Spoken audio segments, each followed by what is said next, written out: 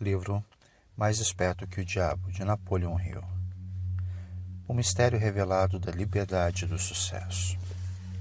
O medo é a ferramenta de um diabo idealizada pelo homem. A fé inabalável em si mesmo é tanto a arma que derrota esse diabo, quanto a ferramenta que o homem utiliza para construir a vida de sucesso. E é mais do que isso, é uma conexão direta com as forças irresistíveis do universo, que apoiam o homem que não acredita em fracassos e derrotas, senão como experiências meramente temporárias. Napoleon Hill. Mais esperto que o diabo, pelo homem que quebrou o código do diabo e o forçou a confessar. O mais corajoso e inspirador de todos os livros de autoconhecimento escrito pelo filósofo de sucesso número 1 da América, que após 30 anos de pesquisa, achou o diabo e arrancou dele uma confissão fantástica, revelando onde ele mora, por que ele existe, como ele ganha o controle da mente das pessoas e o principal, como qualquer um pode vencê-lo. Este livro é um curso generoso em psicologia, deixando claro os princípios de como funciona a mente humana. Quando você terminar essa história do diabo, você saberá muito mais sobre Deus. Por Napoleon Hill, autor de Pense e Enriqueça. Capítulo 1. Meu primeiro encontro com Andrew Carnegie. Por mais de um quarto de século, meu principal objetivo foi o de separar e organizar, em uma filosofia de realizações, as principais causas tanto do fracasso como do sucesso, com o objetivo de ser útil a todos os outros que não têm nem a inclinação nem a oportunidade de se engajar nesse tipo de pesquisa. Meu trabalho começou em 1908, como resultado de uma entrevista que fiz com Andrew Carnegie. Eu, francamente, contei ao Sr. Carnegie que eu tinha concebido a ideia de entrar para a faculdade de Direito e que eu havia pensado em pagá-la entrevistando homens e mulheres bem-sucedidos, descobrindo como eles conseguiam sucesso e descrevendo as minhas principais descobertas para revistas, enfim. No final da minha visita, o Sr. Carnegie me perguntou se eu tinha ou não coragem para realizar algo que ele estava para me oferecer. Respondi com coragem era tudo o que eu tinha e que eu estava preparado para dar o meu melhor, independentemente da proposta que ele tinha a me oferecer. Então ele disse: a sua ideia de escrever histórias sobre homens e mulheres bem-sucedidos é memorável enquanto ideia, e eu não tenho nenhuma intenção de tentar desencorajá-lo de cumprir o seu objetivo. Mas eu preciso lhe dizer que, se você realmente quer fazer um serviço que seja útil, não somente para as pessoas de hoje, mas também que dure para toda a posteridade, ocupe o seu tempo organizando, baseando nessas histórias, as causas do fracasso e do sucesso dessas pessoas. Há milhões de pessoas no mundo que não têm a menor concepção das causas do sucesso e do fracasso. As escolas e faculdades ensinam praticamente tudo, exceto os princípios da realização pessoal. Elas exigem que jovens homens e mulheres passem de 4 a 8 anos adquirindo conhecimentos abstratos, mas não os ensinam o que fazer com esses conhecimentos depois de tê-lo. O mundo está precisando de uma filosofia de realização prática e inteligível, organizada a partir de conhecimento resultante da experiência de homens e mulheres da grande universidade da vida. Em todo campo de filosofia, eu não encontro nada que se assemelhe ao tipo de filosofia que tenho em mente. Nós temos muitos poucos filósofos que são capazes de ensinar a homens e mulheres a arte de viver. Parece para mim que é uma oportunidade que deveria desafiar um jovem ambicioso do seu tipo, mas a ambição pura não basta para essa tarefa que eu sugeri. Aquele que ousar seguir minha sugestão deverá ter coragem e tenacidade. O trabalho demandará pelo menos 20 anos de esforço contínuo, durante o qual aquele que topar terá que ganhar a vida com outra fonte de renda, porque esse tipo de pesquisa nunca é lucrativo no seu início, e geralmente os poucos que se aventuram a contribuir para a civilização através de trabalhos dessa natureza tiveram que esperar 100 anos ou mais após seus próprios funerais para receber reconhecimento pelo seu feito. Se você prosseguir com esse trabalho, deve entrevistar não somente os poucos que foram extraordinariamente bem-sucedidos, mas também os muitos que fracassaram. Você deve cuidadosamente analisar milhares de pessoas que foram classificadas de fracassadas, e eu quero dizer com o termo fracassado, homens e mulheres que chegaram aos estágios finais de suas vidas desapontados porque não conseguiram alcançar as metas que haviam proposto de coração.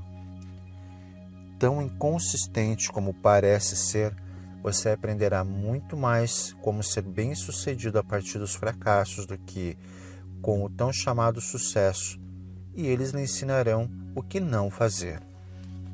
Na parte final da sua pesquisa, se você conseguir com sucesso manter o foco, fará uma descoberta que poderá ser uma grande surpresa. Descobrirá que a causa para o sucesso não é algo separado e longe do homem, mas que é uma força tão intangível na natureza que a maioria dos homens nunca a reconhece. Uma força que pode muito bem ser chamada de outro eu. O mais interessante é o fato de que este outro eu raramente exerce sua influência ou se faz conhecer, exceto em momentos de emergência, quando os homens são forçados, por meio das adversidades e das derrotas temporárias, a mudar seus hábitos e pensar estratégias para sair das dificuldades. Minha experiência me ensinou que um homem nunca está tão perto do sucesso como quando o que ele chama de fracasso toma conta de sua vida, porque nessas ocasiões ele é forçado a pensar. Se ele pensar com exatidão e com persistência, vai descobrir que aquilo que ele chama de fracasso, na verdade, nada mais é que um sinal para elaborar um novo plano ou objetivo. A maior parte dos fracassos reais se deve a limitações que os homens impõem a si mesmos em suas próprias mentes. Se eles tivessem a coragem de ir mais um passo à frente, eles descobririam os seus próprios erros. Começando uma vida nova. O discurso do Sr. Carnegie reformulou a minha vida por completo, implantou em minha mente um desejo ardente que me orientou sem cessar. Isso aconteceu mesmo eu não tendo mais a vaga ideia do que significava o termo o outro eu.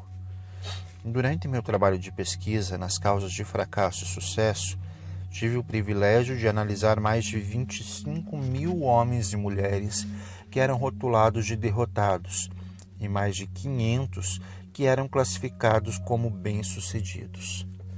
Muitos anos atrás, tive meu primeiro contato com aquele outro eu que o Sr. Carnegie havia mencionado. A descoberta veio, como ele disse que viria, como resultado de 2 pontos cruciais da minha vida, mas que foram, na verdade, emergências e que me forçaram a pensar de um jeito de vencer as minhas dificuldades de tal maneira que eu nunca havia experimentado. Gostaria que fosse possível descrever essa descoberta sem o uso do pronome pessoal eu, mas isso é impossível, visto que ela ocorreu através de experiências pessoais que não podem ser separadas. Para dar uma visão completa da descoberta, terei que voltar ao primeiro desses 2 pontos marcantes da minha vida e mostrar o passo a passo da descoberta. Para realizar a pesquisa com a compilação de dados, foram necessários anos de trabalho. Eu tinha chegado à falsa conclusão de que minha tarefa de organizar uma filosofia completa do sucesso pessoal havia terminado. Longe de estar completo, meu trabalho havia apenas começado. Eu havia erigido o esqueleto de uma filosofia, organizando os 17 princípios do sucesso e as 30 maiores causas dos fracassos, mas aquele esqueleto tinha que ser coberto com a carne da realização e da experiência. Além disso, tinha que ser dada ao trabalho de uma alma que inspirasse homens e mulheres a não somente transpor obstáculos, mas também a não deixarem se abater por eles. A alma que ainda teria de ser adicionada, como eu descobri depois, somente se tornaria disponível após aparecer um outro eu. Através dos 2 pontos cruciais da minha vida, resolvendo focar a minha atenção e quaisquer talentos que eu porventura tivesse em retornos monetários através dos canais de negócio, decidi dedicar-me à profissão de publicitário. Tornei-me, então, o gerente de publicidade do curso de extensão La Salle, da Universidade de Chicago. Tudo correu maravilhosamente bem durante um ano. Entretanto, no final de um ano, fui tomado por um violento desgosto pelo meu trabalho e então me demiti.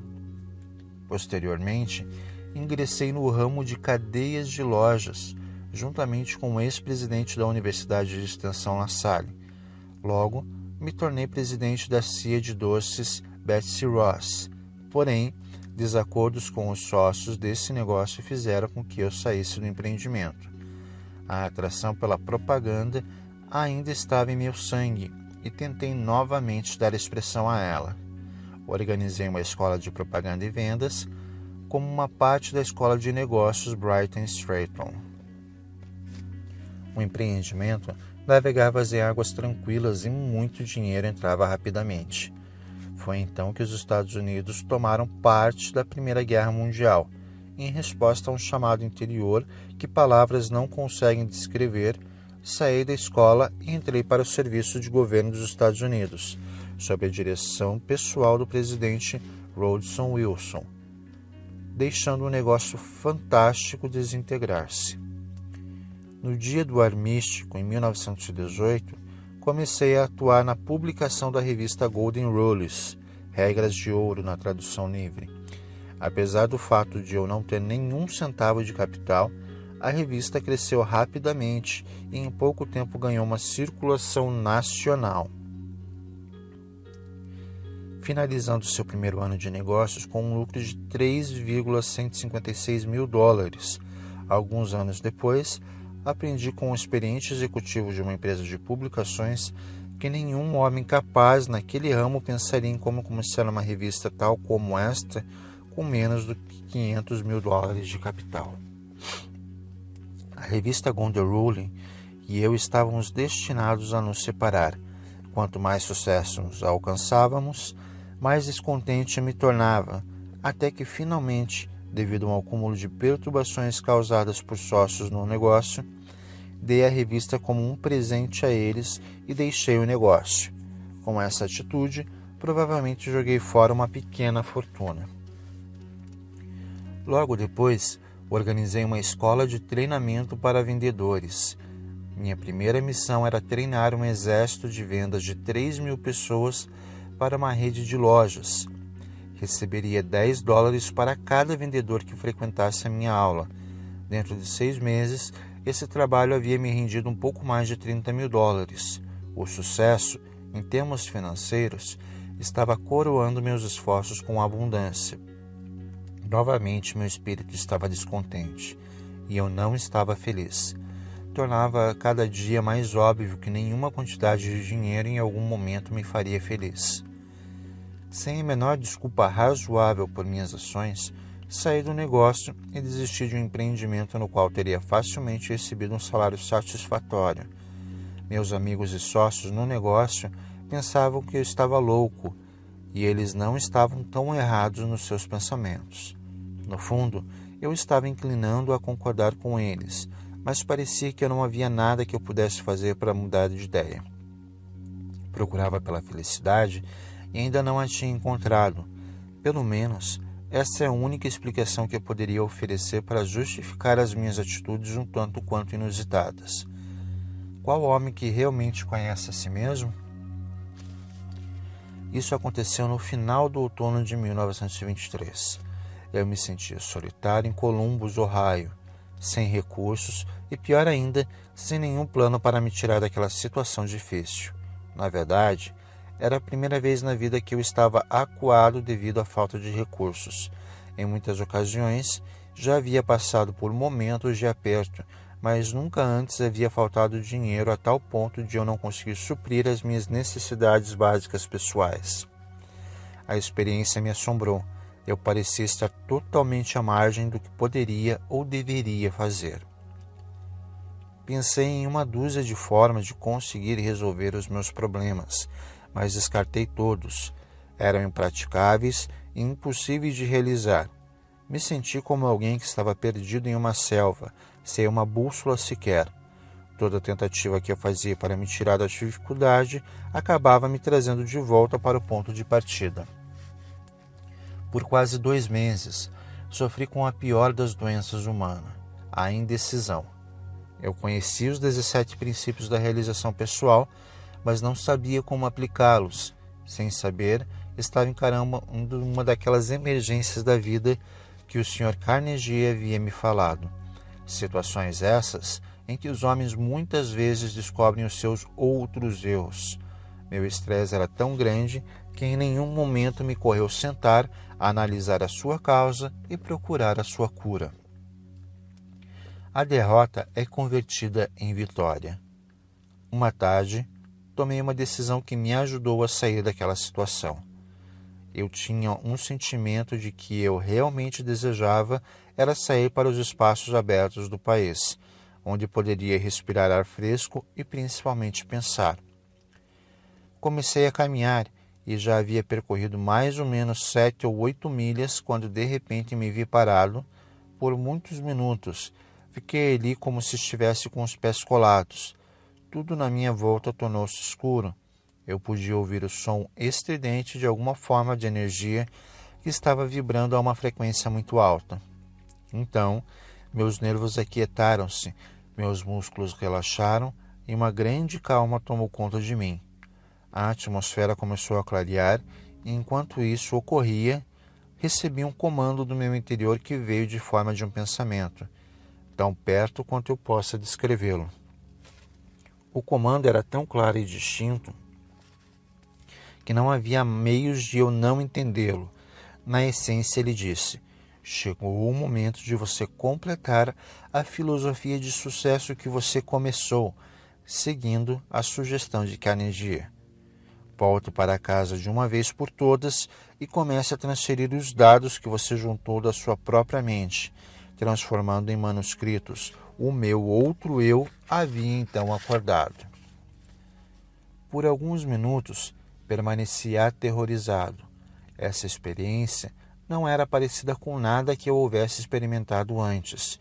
Eu virei e caminhei rapidamente até chegar em casa. Quando me aproximei de casa, vi meus 3 filhos olhando para a janela para as crianças do vizinho que estavam decorando uma árvore de Natal. Então, me lembrei que era véspera de Natal.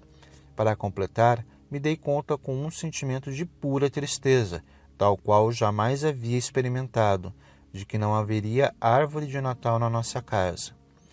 O olhar de desapontamento no rosto das minhas crianças me fez lembrar deste fato com muita dor.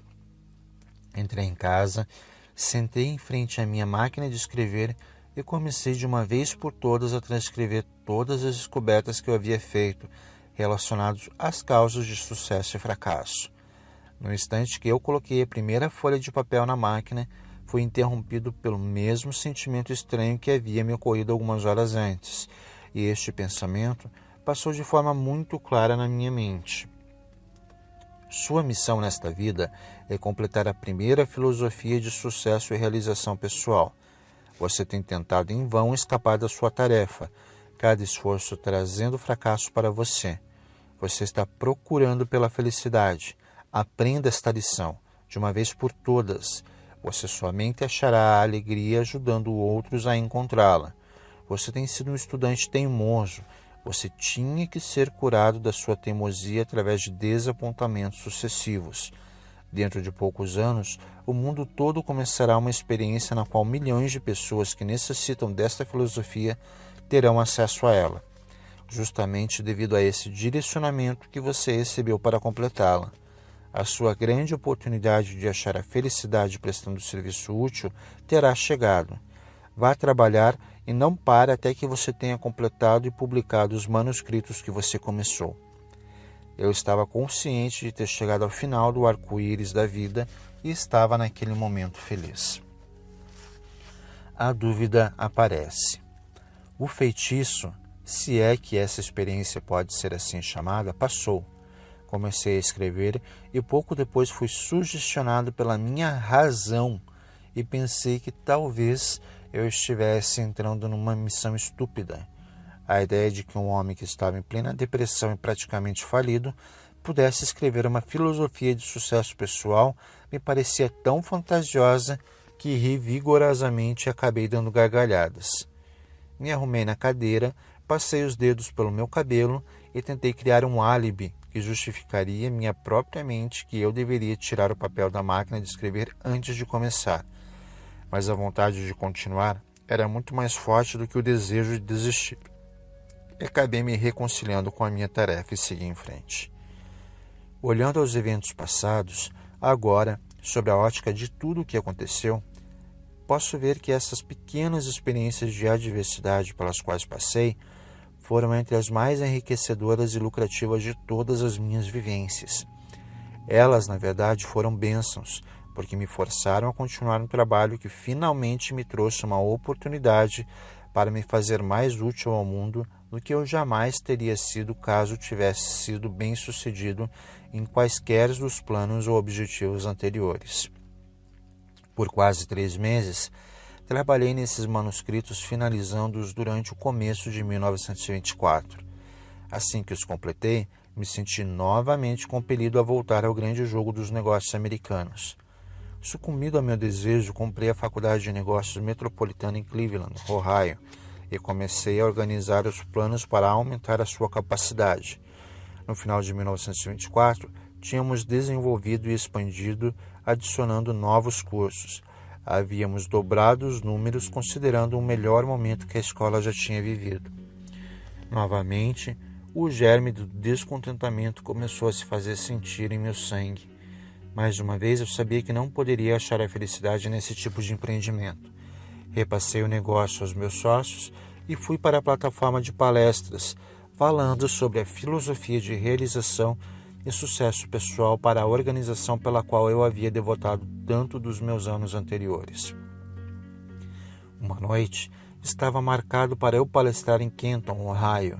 O destino, ou que quer que algumas vezes pareça mudar o futuro dos homens, não importasse o quanto eu tentasse lutar contra ele, novamente me colocou cara a cara com uma nova e muito dolorosa experiência.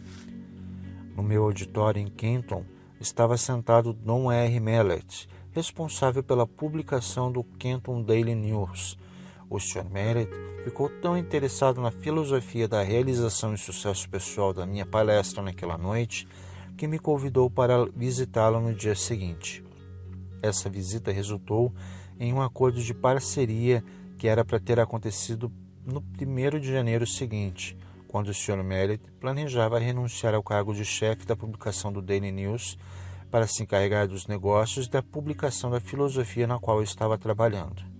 Contudo, em julho de 1926, o Sr. Mellett foi morto por Pat McDermott, uma figura carimbada do submundo, e um policial de Kenton, sendo ambos posteriormente sentenciados à prisão perpétua.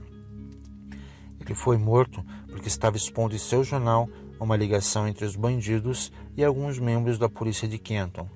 O crime foi um dos mais chocantes que a era da proibição já produziu. O acaso salva a minha vida. Na manhã seguinte à morte do Sr. Mellett, fui chamado no telefone por uma pessoa desconhecida que me alertou de que eu teria 1 hora para sair de Kenton e de que eu poderia ir voluntariamente dentro de 1 hora, mas se eu esperasse mais tempo, eu provavelmente iria dentro de um caixão. Minha associação com o Sr. Mellett havia aparentemente sido mal interpretada. Seus assassinos, de certo, acreditavam que eu estava conectado de forma direta à exposição que ele vinha fazendo em seus jornais. Não esperei acabar o meu limite de 1 hora, mas imediatamente entrei no meu carro e dirigi para a casa de parentes nas montanhas a oeste de Virgínia, onde fiquei até que os assassinos tivessem sido colocados na prisão. Essa experiência vem bem dentro da categoria descrita pelo Sr. Carnegie como uma emergência, que força os homens a pensarem. Pela primeira vez na minha vida, conheci a dor do medo constante.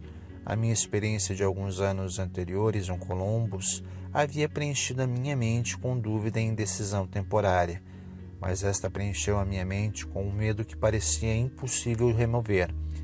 Durante o tempo em que eu estava escondido, Raramente deixava a casa à noite e, quando saía, mantinha minha mão em uma pistola automática levada no bolso de casaco, mantida destravada para ação imediata.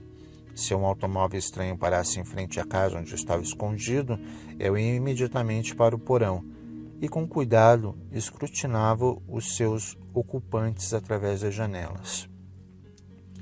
Depois de alguns meses, convivendo com esse tipo de experiência, meus nervos começaram a sentir e a coragem sumiu por completo, assim como a ambição que eu tinha em meu coração durante os longos anos de trabalho em busca das causas do fracasso e do sucesso também partira. Vagarosamente, passo a passo, me senti caindo num estado de total letargia da qual eu temia que jamais conseguisse emerger.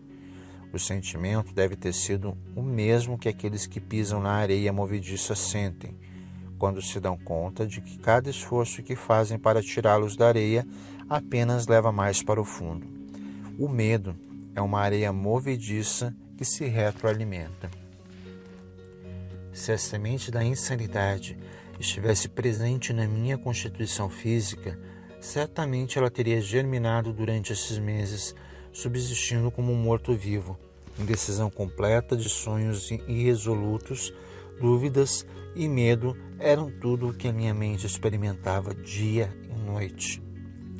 A emergência que eu encarei fora desastrosa por 2 motivos. Primeiro, a verdadeira natureza desta emergência se manteve num estado de constante decisão e medo.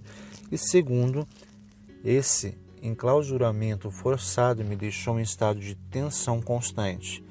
Eu tendia a me preocupar com o peso do tempo que passava. A minha faculdade da razão tinha quase paralisado.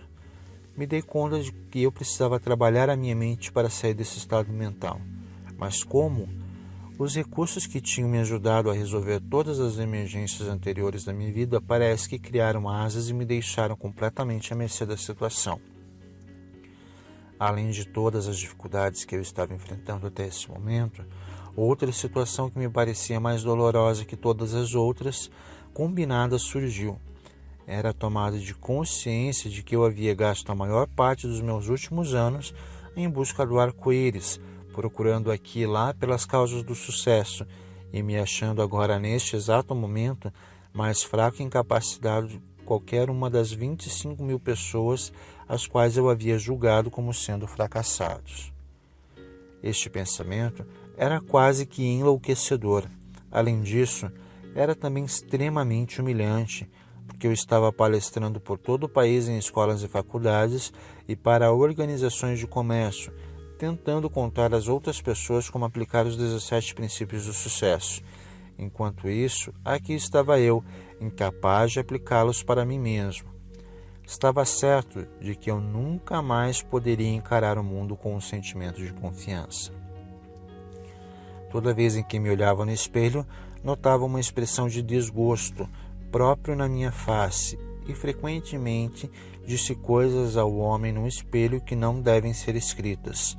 Eu havia começado a tomar o lugar na categoria dos charlatões que oferecem aos outros um remédio para a cura que eles não conseguem aplicar com sucesso a si mesmos.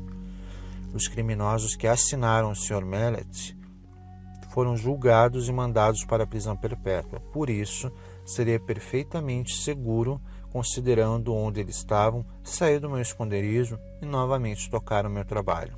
Contudo, não conseguia sair porque agora encarava circunstâncias mais aterrorizantes do que aquela que haviam sido criadas pelos assassinos. A experiência destruíra qualquer tipo de iniciativa que eu havia possuído.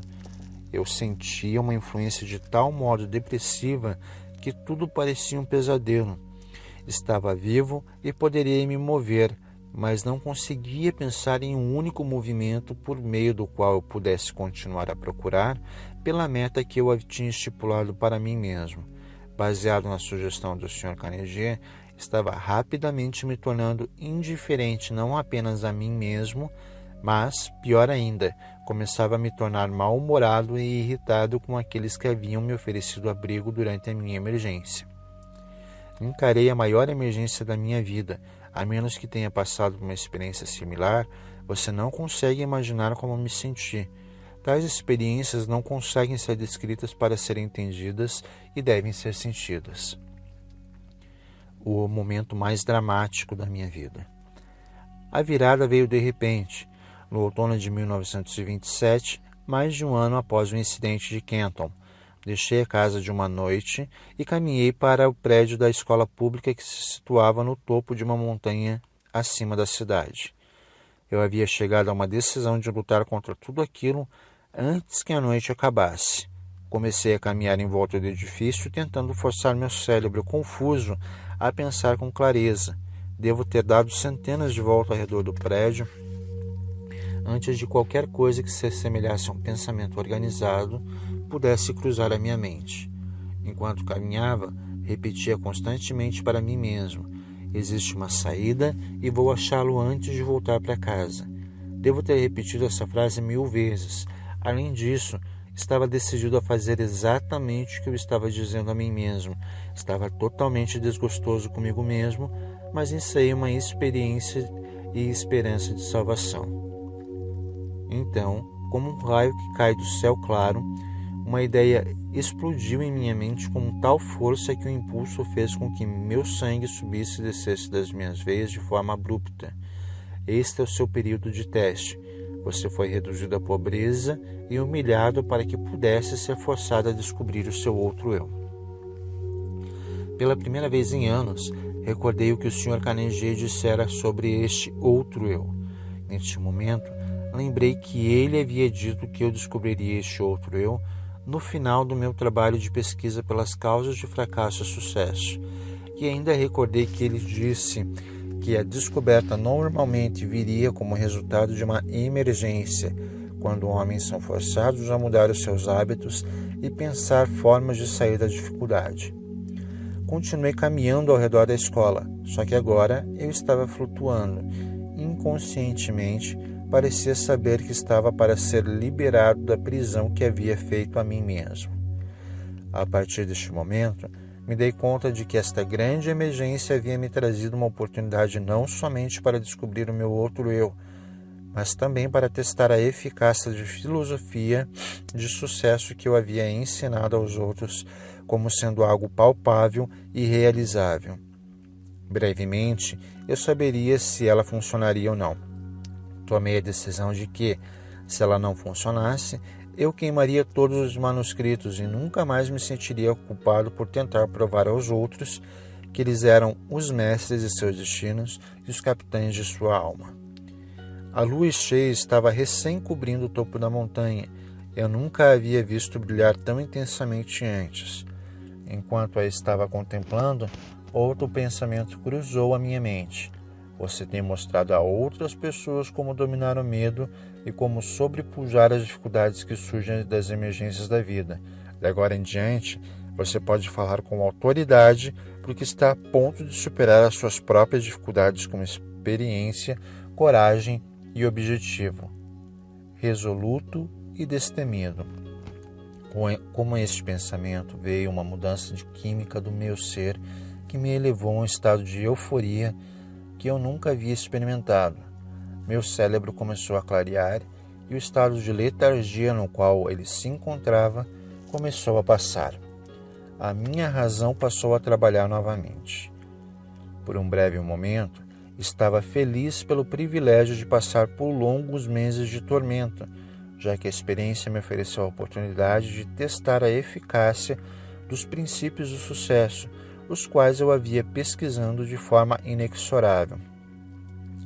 Quando esse pensamento surgiu, parei, uni os meus pés, saudei, eu não sabia o que ou quem, e fiquei rigidamente em estado de meditação por muitos minutos.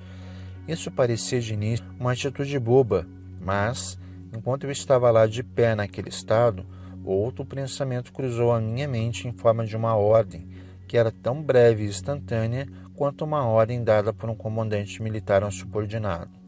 A ordem dizia: amanhã entre no seu carro e dirija até Filadélfia. Lá você receberá ajuda para publicar a sua filosofia de sucesso. Não havia nenhuma forma de explicação, qualquer tipo de modificação de ordem.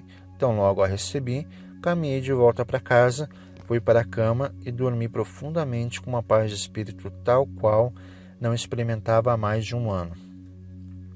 Quando acordei na manhã seguinte, me levantei da cama e imediatamente comecei a fazer as malas para a viagem a Filadélfia. Minha razão me dizia que eu estava embarcando numa missão sem sentido. Quem eu poderia conhecer na Filadélfia que pudesse me ajudar financeiramente a publicar 8 volumes de livro a um custo de $25.000? Eu me questionei. Instantaneamente, ouvi em minha mente a resposta para essa questão de forma tão clara como se as palavras tivessem sido ditadas em meus ouvidos. Você agora está seguindo ordens. Em vez de ficar fazendo perguntas, o seu outro eu estará no comando durante toda essa viagem. Havia outra condição que parecia fazer a minha preparação para ir a Filadélfia algo que beirava o absurdo. Eu não tinha dinheiro. Esse pensamento mal me havia ocorrido quando o meu outro eu explodiu dando uma ordem enfática. Peça para seu cunhado $50 e ele emprestará para você. A ordem parecia definitiva e final. Sem qualquer hesitação, segui as instruções. Quando pedi o dinheiro ao meu cunhado, ele me disse: claro, certamente eu vou lhe emprestar os 50, mas, se você vai para tão longe, seria melhor levar $100. Agradeci a ele e disse que os 50 seriam suficientes. Sabia que não bastava, mas essa era a quantia que meu outro eu havia me ordenado a pedir e foi exatamente o que eu fiz. Eu estava bastante aliviado quando me dei conta de que meu cunhado não ia me perguntar por que eu estava indo para Filadélfia.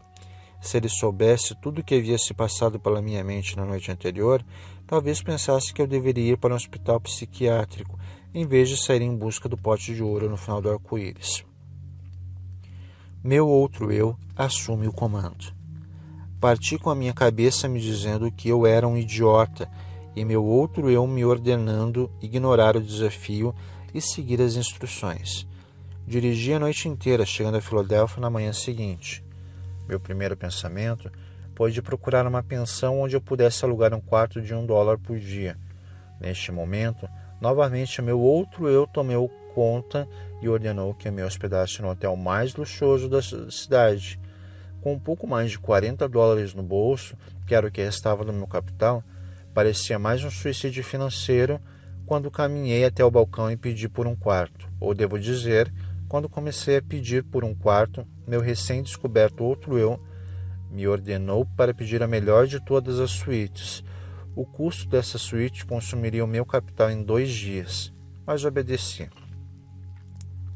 O carregador de malas pegou a minha bagagem, me entregou meu ticket de estacionamento do meu automóvel e me conduziu até o elevador como se eu fosse o príncipe de Gales. Era a primeira vez em mais de um ano que um ser humano havia demonstrado tal deferência para comigo. Meus próprios parentes, esses com quem eu estava morando, longe de me mostrar qualquer tipo de consideração, ainda achavam que eu era um peso para eles, e tenho certeza de que eu era, porque nenhum homem no estado mental em que eu me encontrava no último ano poderia ser qualquer coisa além de um peso a todos aqueles com os quais porventura entrasse em contato. Tornava-se evidente que meu outro eu estava determinado a me tirar do complexo de inferioridade que eu havia desenvolvido. Dei ao carregador de malas $1. Comecei a estimar quanto seria minha conta do hotel até o fim da semana, quando então o meu outro eu ordenou que eu limpasse completamente a minha mente de qualquer pensamento de limitação e que conduzisse a minha vida a partir daquele momento como se estivesse todo o dinheiro que quisesse nos meus bolsos. A experiência pela qual estava passando era tanto nova quanto estranha para mim. Nunca consegui ser mais do que eu acreditava que poderia ser. Por quase meia hora, este outro eu me deu ordens que seguia à risca durante o período da minha estada na Filadélfia. As instruções que recebi por meio desses pensamentos se apresentaram à minha mente com tal força que eles eram facilmente distinguíveis de pensamentos normais criados para o meu eu tradicional. Eu recebo ordens estranhas de uma fonte estranha. Minhas instruções começaram desta forma: a partir deste momento, você está completamente no comando do seu outro eu. De agora em diante, Você deve saber que duas entidades ocupam o seu corpo. Na verdade, duas entidades similares ocupam o corpo de cada ser vivente do planeta Terra. Uma dessas entidades é motivada e responde pelo impulso do medo. A outra é motivada e responde ao impulso da fé. Por mais de um ano, você foi conduzido por um escravo pela entidade do medo. Há 2 noites, a entidade da fé assumiu o controle do seu corpo físico, e a partir daquele momento você foi motivado por essa entidade. Por mera conveniência, você pode chamar essa entidade fé de seu outro eu. Ela não conhece limitações, não possui medos e não reconhece a palavra impossível. Você foi direcionado a selecionar este ambiente de luxo em um bom hotel, como um meio de desencorajar o retorno da entidade medo. Esse antigo eu motivado pelo medo não está morto, ele simplesmente foi destronado, e ele o seguirá aonde quer que você vá, esperando uma oportunidade favorável para tomar conta de você novamente. Ele somente pode tomar o controle de você por meio dos seus pensamentos. Lembre-se disso e mantenha as portas de sua mente hermeticamente fechadas contra todos os pensamentos que procuram limitá-lo de qualquer maneira, e você assim ficará a salvo. Não se permita preocupar-se com o dinheiro que você precisará para suas despesas imediatas. Os recursos virão a você no momento em que você necessitar deles. Agora, vamos aos negócios.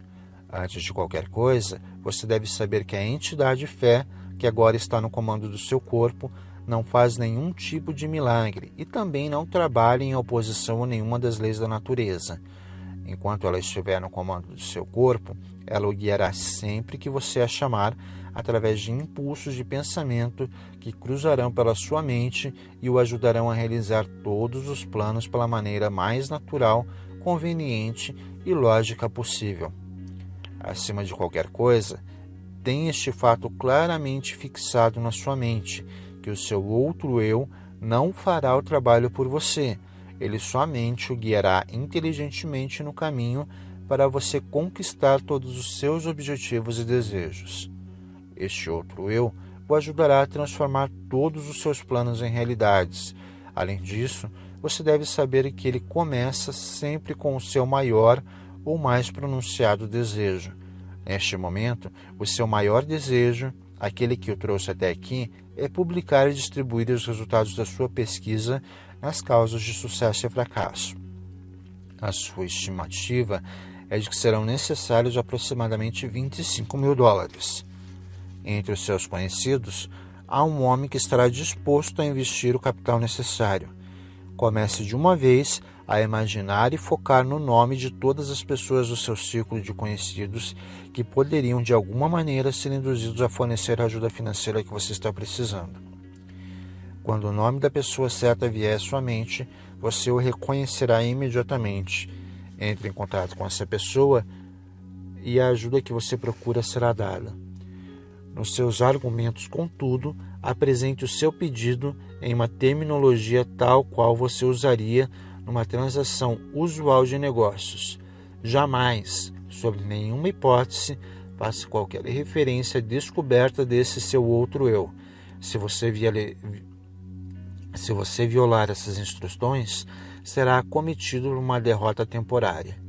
O seu outro eu continuará no comando e permanecerá a guiá-lo enquanto você quiser fazer uso dele.